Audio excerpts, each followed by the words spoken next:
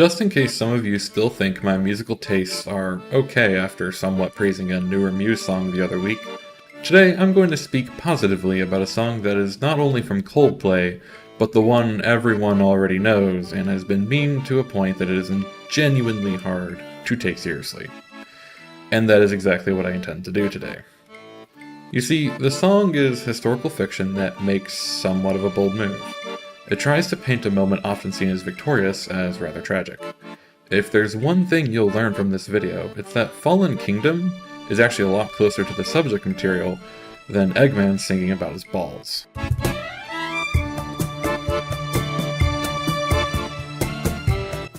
Our story about this very 2008 song starts in 1793. Yes, the lore goes that deep, and you're about to see why. There was a place called France, and they were led by a man named King Louis XVI.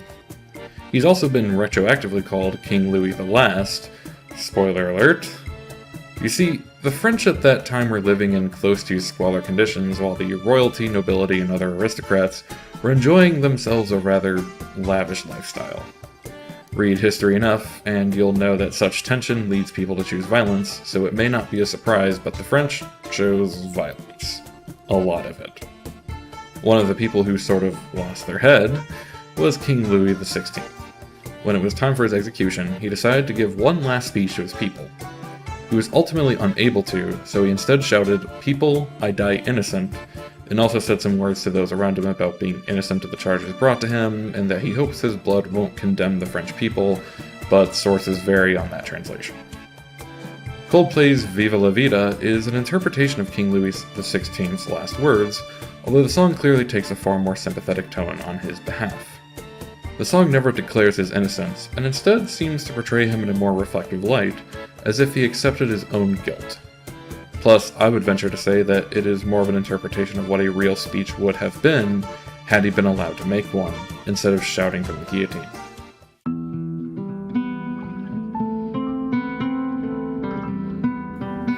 Now that you've completed my quick notation on history, we can better contextualize the lyrics. It uses a lot of flowery language and some metaphors, but the song itself isn't a metaphor. While the persona is talking about losing his kingdom, he's literally addressing the crowd of angry citizens in front of him, and it can be safely assumed the guillotine that will kill him is mere feet behind him. It's grandiose because the situation itself is actually pretty grand as well. Under the dramatic circumstances, it makes the lyrics a lot more straightforward to grasp.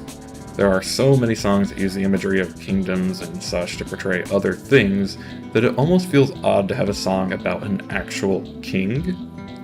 As such, the lyrics need to be considered in a different light than most other songs because we are not listening to a persona's inner thoughts of a sorrow-induced power fantasy, but rather a persona's very public address. I'm going to go through the first verse in its entirety because it's one continuous train of thought, and breaking it into stanzas would be an organizational nightmare. I used to rule the world, seas would rise when I gave the word. Now in the morning I sleep alone, sweep the streets that I used to own. I used to roll the dice, feel the fear in my enemy's eyes. Listen as the crowd would sing, now the old king is dead, long live the king. 1 minute I held the key, next the walls were closed on me. And I discovered that my castles stand on pillars of salt and pillars of sand. The lyrics alone paint the king in a rather egotistical or even accusing light. He's complaining that he used to be the most important person, but he's been cast aside and everything that made his life what it is has crumbled out from under him. But that's where the rest of the music comes in. The most notable part of the instrumental is the wailing violins that sound like they are mourning. When combined with the tone of the vocals, it becomes clear that the intended tone is remorse, not arrogance. The king isn't accusing people of stabbing him in the back like what might be thought at first, but rather he is mourning the end of the life he enjoyed. The chorus goes, I hear Jerusalem bells a-ringin', Roman cavalry choirs are singin', be my mirror, my sword, my shield, my missionaries in a foreign field. For some reason I can't explain, once you'd gone there was never an honest word, but that was when I ruled the world. Of course, that is the version that is only used after the first verse. The other two appearances of the chorus replace once you'd gone there was never with I know St. Peter won't call my name, so I'll go ahead and explain the significance. King Louis was Catholic, and in Catholic tradition, St. Peter was given the keys to the kingdom when he was appointed as the first pope. The song's version of King Louis does not think he is going to heaven, which is a distinct departure from reality. Remember, the real King Louis declared his innocence to the end, so there's no reason for him to think he will be punished. Now, the rest of the chorus is somewhat more vague to interpret, so there's a lot of what a professional like myself will call wiggle room in close reading it. I naturally assume the first two lines are referencing that the king is thinking about his own funeral. It would take place in a church, so there would be bells and there would be singing.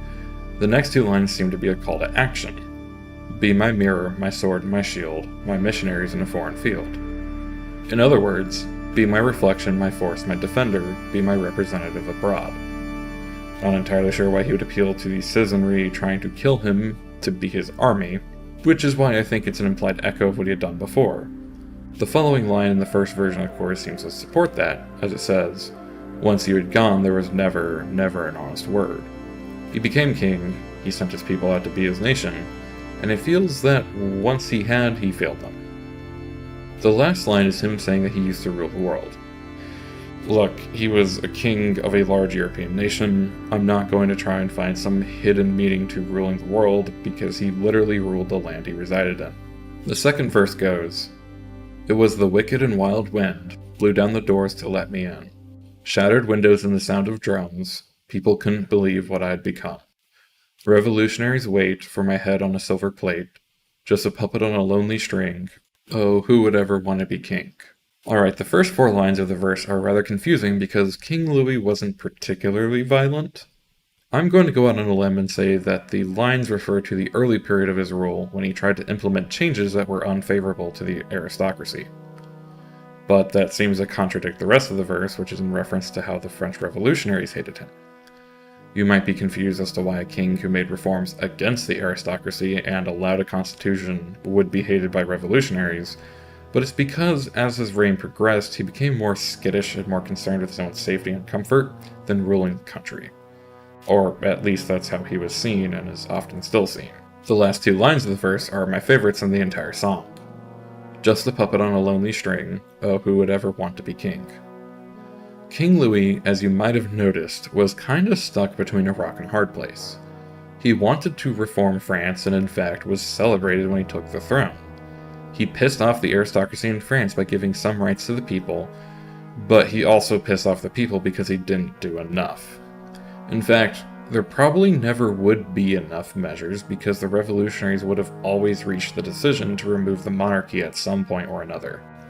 He has to take the blame from all sides. I love the sorrow in the realization that he's doomed as the scapegoat and that being king just isn't worth it.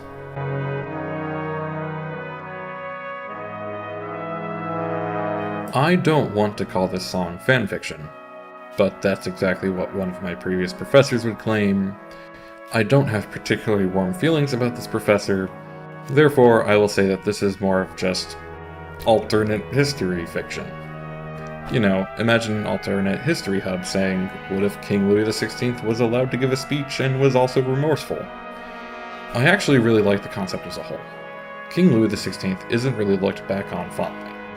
History classes at best will objectively just say what he tried to do, what he failed to do, and how the people decided to kill him. Sometimes, history textbooks and teachers will even openly take the revolutionary side and basically celebrate that he was toppled. Personally, I think that's a bit unfair. I don't think he was a great king by any means, but I also don't think he was spectacularly bad. The world he ruled had changed, but the change pushed him away from the people at a time, and the people had about enough of monarchies as a whole. In a time like that, who would ever want to be king?